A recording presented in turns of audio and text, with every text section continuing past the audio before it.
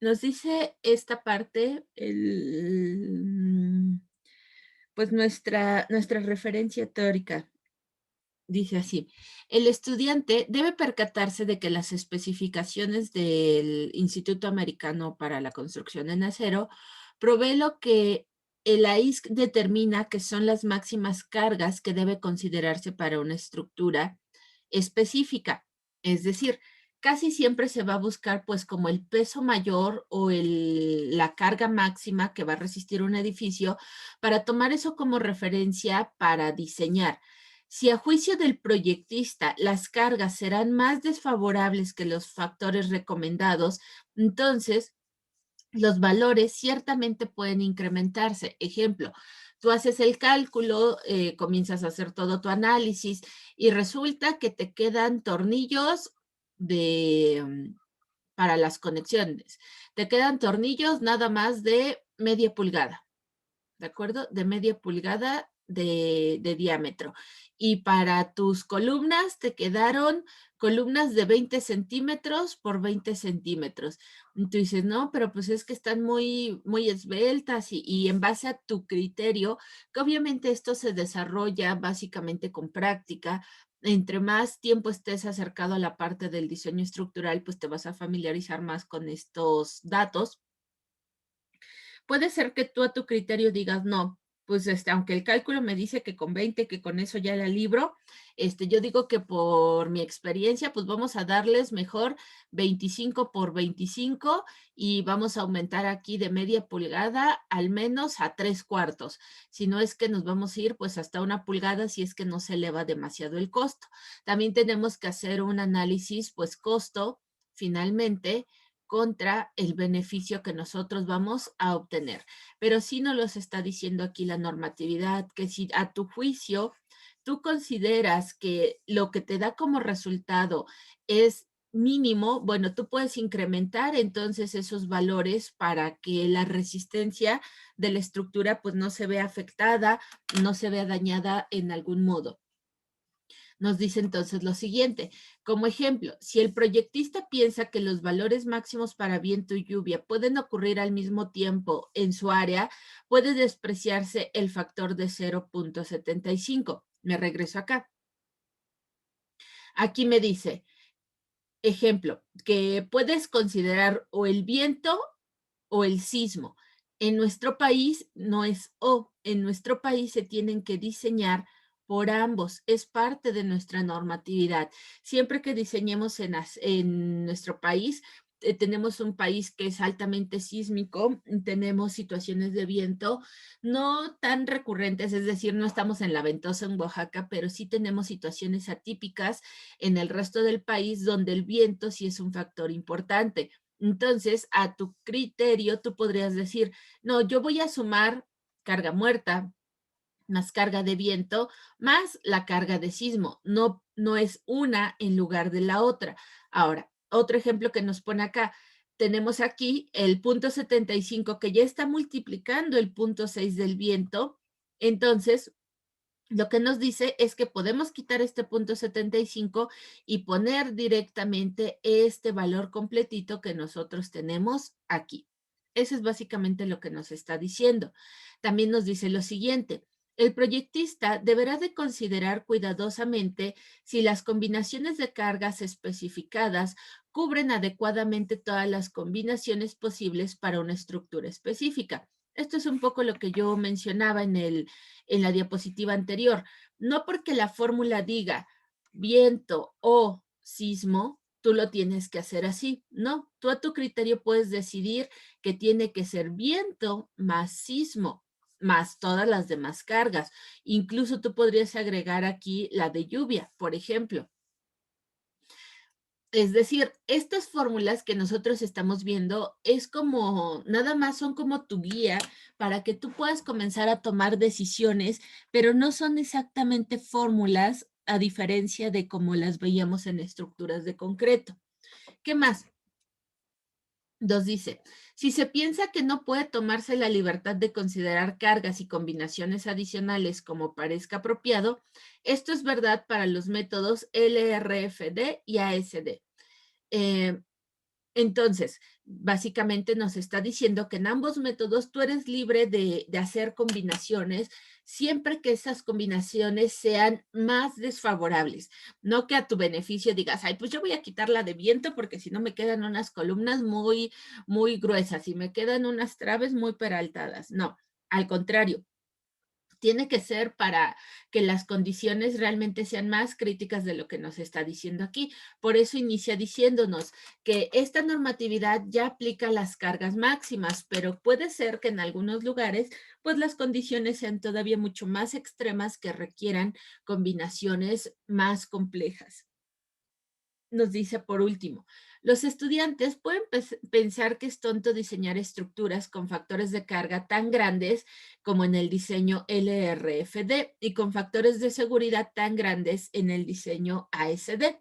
Sin embargo, con el paso de los años aprenderán que estos valores están sujetos a tantas incertidumbres que pasarán noches en vela preguntándose si esos factores serán los adecuados. Y se unirán a otros proyectistas que llamarán a tales factores los factores de la ignorancia. Bueno, en nuestro país generalmente no le llaman factor de la ignorancia. En nuestro país el más común que tú vas a escuchar entre los estructuristas y que hace referencia a esto mismo es que entre ellos se burlan y le llaman factor terror. ¿Y qué es el factor terror? Cuando tú ya seguiste las fórmulas, te dieron las dimensiones de tu estructura y tú de todas formas dices, no, porque aquí tiembla y aquí ya se han caído edificios y demás. No, no, no. Yo en lugar de poner columnas de 30 por 30, las voy a mandar a 45 y en lugar de varillas de 1 pulgada, les voy a poner de 1 1/4, por ejemplo. Y aunque la normatividad te diga que con esto la libras, muchos estructuristas prefieren ponerle un poquito de más, siguiendo la lógica del mexicano de mejor que sobre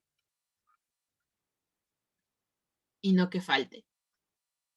Pero nota, por favor, que esta que yo te estoy diciendo aquí es incrementan tanto la sección como la parte del armado. No solamente incrementan el acero, que digan, ay, pues sí, vamos a dejar las varillas de 30 por 30, pero pues en lugar de ponerle la de vamos a ponerles de 2 pulgadas. No, porque cuando hacemos esto, acuérdate que nosotros desbalanceamos el diseño de ese elemento. Acuérdate que nosotros teníamos algo que se llamaba falla balanceada, ¿de acuerdo? Entonces, lo mismo sucede en el acero. Tú a tu criterio de pronto puedes decir, pues en lugar de tener una viga I que va a tener un peralte de 30 centímetros, yo quiero una viga I que tenga un peralte de 35, pero el espesor de la viga, es decir, este espesor que tenemos aquí que le da a la viga, que en la de 30 sería la mejor de 5 milímetros, pues aquí tendría que aumentar a 7 milímetros para que el incremento sea proporcional y no desbalanceemos la estructura completa, ¿de acuerdo? Muy bien. Entonces, vamos a nuestra siguiente diapositiva, que si no me equivoco, ya son las últimas antes de nuestro ejercicio. El estudio de la magnitud de los factores de carga y de seguridad.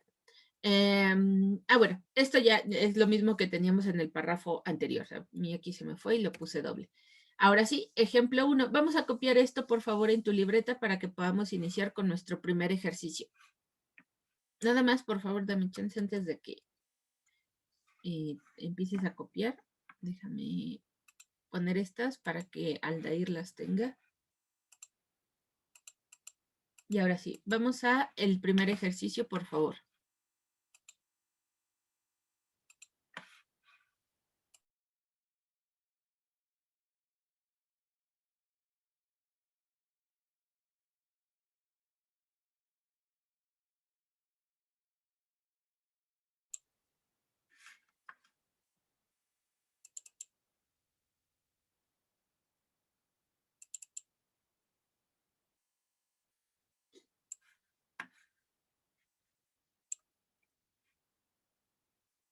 Bueno, pues aquí tenemos nuestro manual de acero para México. Recuerda que teníamos al principio una tablita de conversión y que era mi tablita de conversión, donde me decía cómo se llamaba el perfil en catálogos mexicanos y cómo se llamaba el perfil en catálogos americanos. Déjame encontrar esta tablita. Ah, aquí está. Equivalencia al AISC, que es el que nosotros estamos utilizando.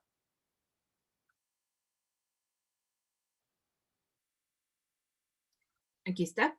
Y bueno, nos está diciendo ahorita que nosotros vamos a trabajar con un perfil W. Entonces vamos a buscar en esta columna la letra W y mira, aparece aquí. Ok, y me dice entonces, un perfil W es también conocido como un perfil irregular, ¿de acuerdo? Aquí lo tengo. ¿Cómo lo designamos? Como perfil IR. ¿Qué significan los datos que aparecen? D por W, que generalmente para unidades mexicanas van a estar dadas en milímetros sobre kilogramos por cada metro. ¿Ok? ¿Qué significa la D? Si yo me voy a ver los datos, la D dice peralte o altura nominal del perfil. ¿Y qué significa la W? Dice que es el peso por metro lineal del perfil. Entonces, si yo me voy a buscar un perfil IR, que es el similar al W, es donde puedo ver precisamente la información de este elemento de acero que nosotros ahorita estamos utilizando. Vamos a buscar los perfiles IR. ¿Cómo sé que es un perfil IR? Lo dice aquí, ¿de acuerdo? Aquí dice LM. Nosotros tenemos que llegar a donde diga IR.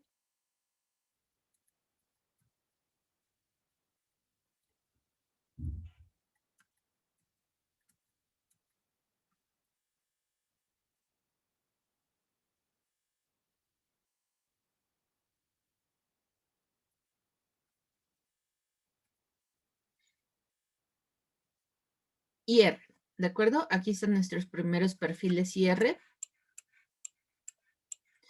Y ahora, si tú recuerdas, nos dice que tenemos un perfil que tiene 24 por 55, si no me equivoco. Sí, es W 24 por 55. Muy bien. Aquí está mi descripción en unidades métricas y aquí está mi descripción en unidades inglesas. Entonces, yo aquí tendría que buscar donde diga 24 por 55. Aquí apenas voy en 10 por 33. Todavía no.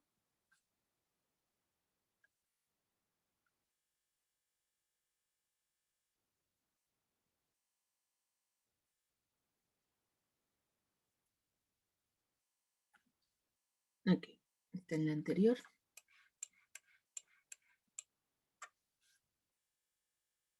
Aquí aparece, mira, justamente al final de la tercera tabla. Perfil IR y busco aquí y dice en esta partecita de acá 24 por 55. Lo tengo acá. Entonces, aquí viene el resto de sus datos. ¿Cuáles datos o qué información es la que tengo? Bueno, yo voy a tener el peralte, voy a tener el alma, voy a tener el patín, la distancia, los gramiles. Si no te acuerdas que eran los gramiles son en dónde se debe de perforar y a qué distancia.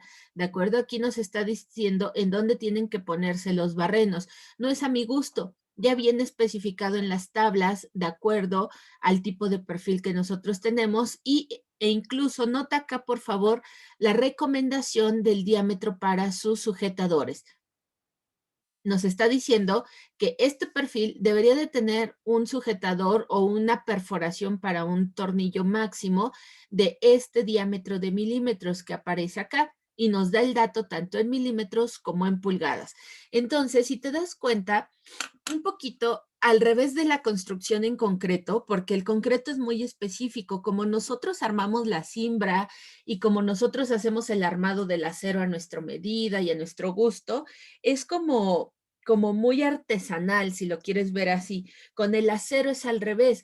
Tú vas a hacer el cálculo y en base al cálculo te puede decir tal dato y tú vas a ir a un catálogo y lo que vas a hacer es buscar la medida que más se acerque de un perfil comercial.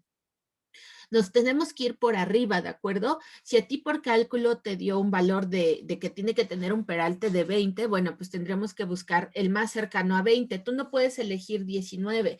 Si el perfil más cercano a 20 es el de 21, tendríamos que especificar el perfil del 21. Y así va a ser con todos los elementos de acero, ¿de acuerdo? Todos los elementos de acero tienen entonces básicamente ya sus datos preestablecidos en tablas. Si tú viste ahorita en este manual, yo pasé y pasé tablas porque vienen muchos perfiles comerciales. Ahora, tengo otra tabla, de hecho, de este mismo perfil IR, ¿de acuerdo?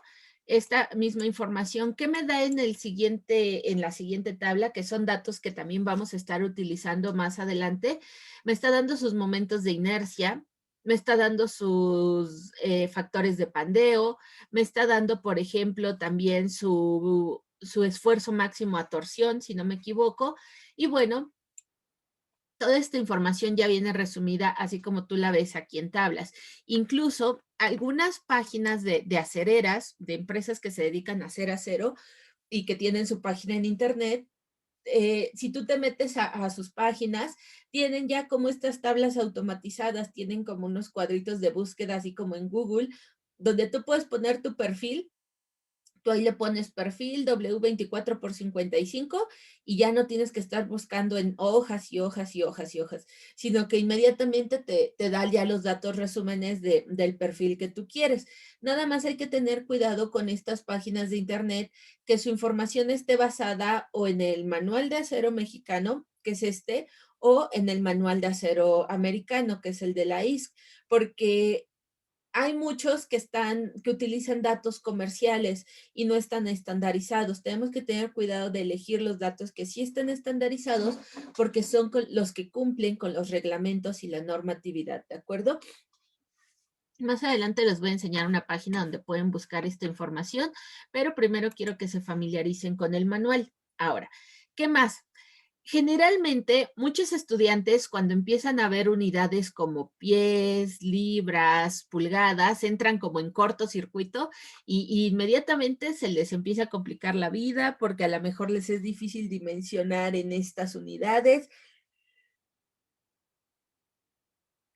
Y lo primerísimo que quieren hacer es convertirlas, así de, bueno, en lugar de tener 24 por 55, vamos a convertirlo a milímetros por kilogramos. Y podríamos hacerlo, ¿de acuerdo? Porque ya viste que yo tengo las conversiones en las tablas. Lo recomendable es que trabajes de todas formas con las unidades inglesas.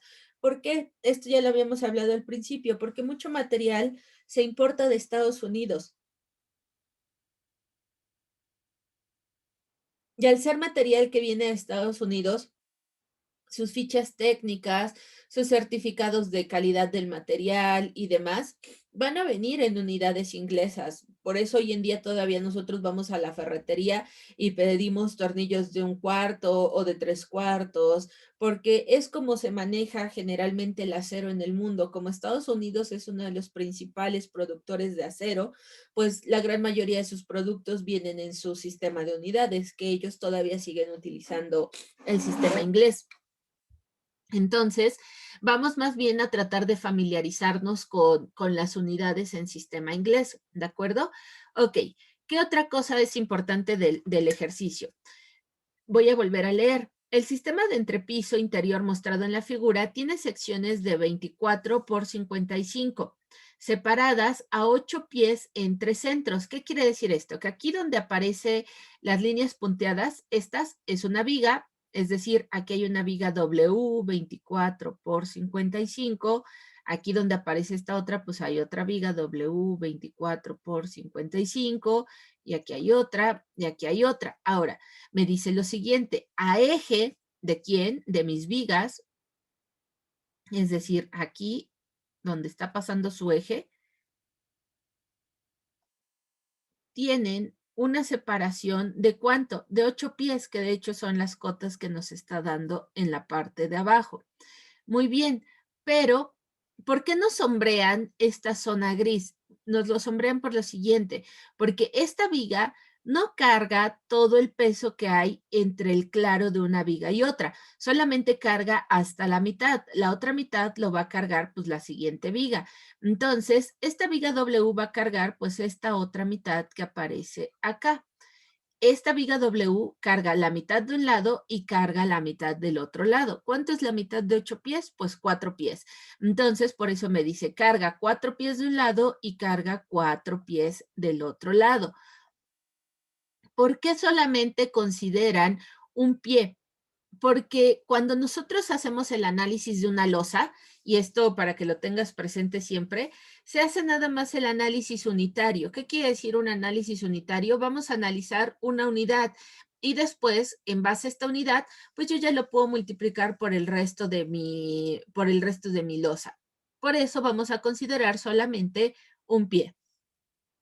Ahora, nos dice que de carga muerta yo tengo 50 libras pie cuadrado, es decir, en un pie cuadrado yo tengo 50 libras distribuidas. Y también voy a tener 80 libras distribuidas precisamente en este mismo metro cuadrado, pero estas son de carga viva. ¿Cuál es la carga viva? Básicamente hablamos de personas. ¿Cuál es mi carga muerta? Bueno, pues una carga muerta, estamos hablando del peso propio de quién? Del edificio, ¿de acuerdo? Edificio. O de la misma estructura. Entonces, yo no puedo tener mezclado unidades que están en superficie cuando yo voy a trabajar con unidades lineales. ¿Por qué? Porque una viga pues es larga, no tiene no tiene un ancho superficial. Se va a considerar como un tramo de varilla, vamos a decirlo así. Entonces, lo primerísimo que tenemos que hacer es convertir o trasladar estas cargas que están distribuidas en superficie a una carga lineal, ¿de acuerdo? Muy bien, vamos a empezar entonces con nuestro ejercicio empezando por ordenar nuestros datos para que esto sea más fácil de resolver. Dame un momento.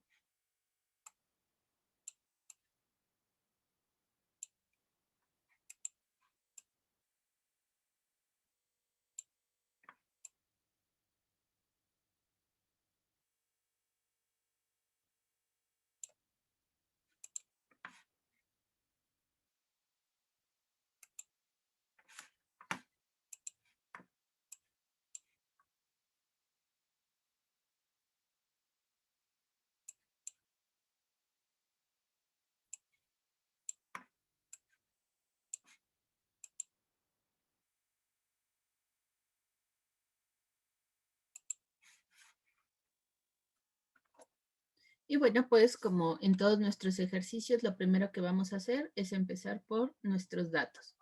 Número 1, tenemos nuestros datos del ejercicio. ¿Qué datos tengo? Bueno, tengo una viga W24 por 55. Tiene una separación de 8 pies. Tengo una carga muerta de 50 libras pie cuadrado y tengo una carga viva de 80 libras por pie cuadrado.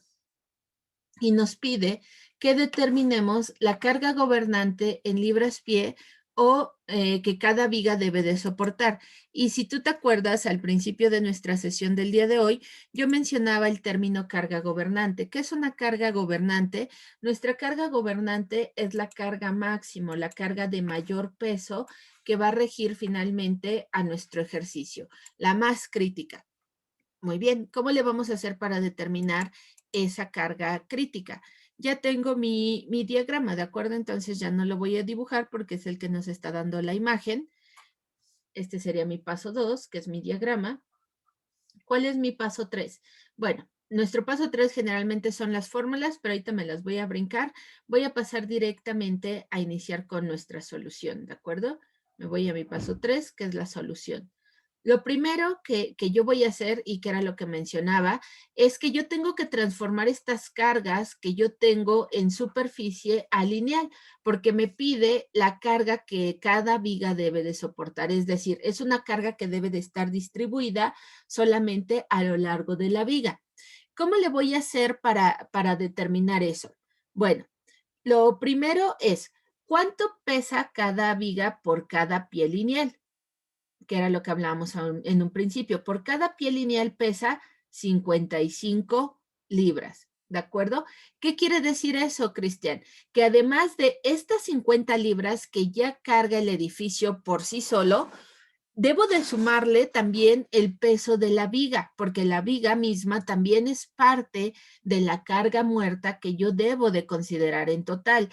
Solamente que esta carga está en superficie y esta carga ya me la están dando de forma lineal. Entonces, ¿qué es lo primero que debo de hacer? Bueno, la recomendación aquí es distribuir esta carga de las 50 libras pie en este pie nada más de mi viga. Nada más vamos a considerar que esto que yo estoy marcando aquí hasta acá es un pie de superficie de la viga. Entonces, ¿cuánto tiene este rectángulo? Ah, bueno, yo ya te dije que de ancho tiene un pie, ¿de acuerdo? Aquí yo ya estoy diciendo que hay un pie.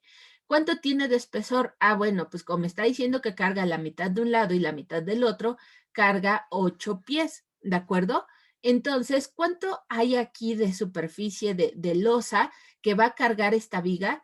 ¿Cuál? Este pedacito. Ahorita nada más vamos a analizar este pedacito que yo estoy iluminando aquí.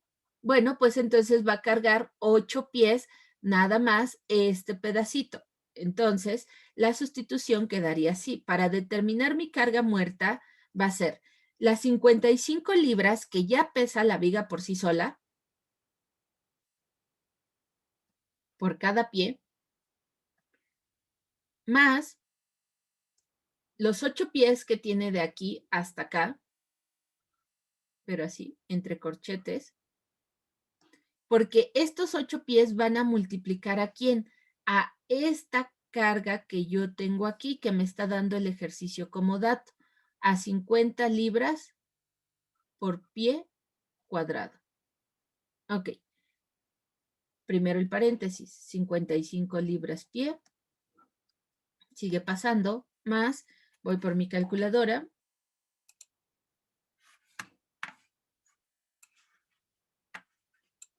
y en mi calculadora dice así, 8 por 50 libras son 400.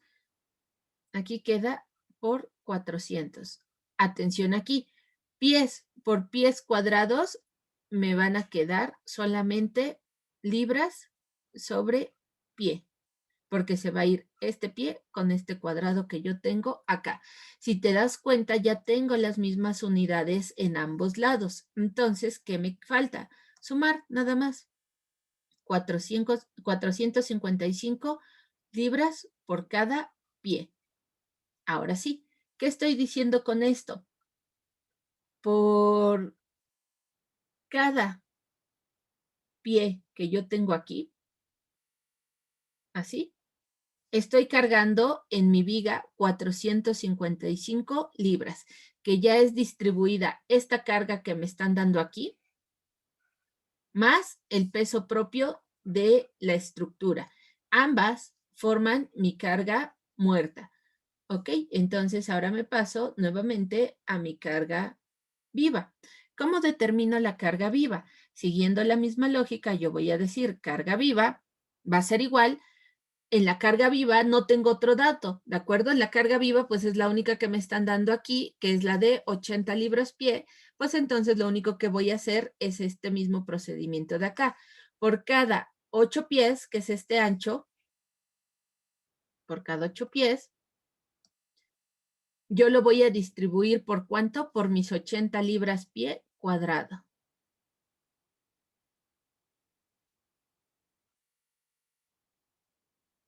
Estos pies se van con este cuadrado, aquí me va a quedar carga viva, 6 por 8, 64, si no me equivoco. Entonces aquí me quedan 640 libras pie. Y ya tengo mi carga viva y tengo mi carga muerta, ¿de acuerdo? Y ya tengo entonces distribuida estas dos. ¿Ya acabé aquí el ejercicio? No, apenas estamos empezando, ¿de acuerdo? Pero quiero que nos quedemos aquí porque ya son las 8:30 y no me va a dar tiempo terminarlo. Y no quisiera quedarme como a la mitad del ejercicio para que no se pierda la idea de lo que estamos hablando, ¿de acuerdo? Hasta ahorita, Cristian, de lo que nosotros vimos, ¿tenemos alguna duda o algo que no haya quedado claro? No, parece que no. Todo bien. Ok, perfecto. Bueno, entonces nos vamos a quedar aquí. Le voy a dar screenshot a esto para que lo tengas también. Y bueno, ahorita termino de copiarlo antes de que se acabe nuestra clase. Ya, ya lo terminé de copiar. Muy bien. Entonces, si no me equivoco, porque no estoy segura, la siguiente semana tienen ya sus exposiciones, solamente que no me acuerdo qué día. Verifiquen nada más ahí el día en que les toca exponer para que tengan su material listo y espero entonces el día Sí, lunes está bien. terminemos de revisar esto, ¿de acuerdo? Sí, Orki, gracias. Bueno, cualquier duda, pues ahí me mandan un mensaje. De todas formas, como no está el Dair, estoy grabando las clases y al ratito subo los videos y les paso los links para que ustedes los tengan nuevamente y pues puedan volver a ver el procedimiento. Ok, sí, está bien.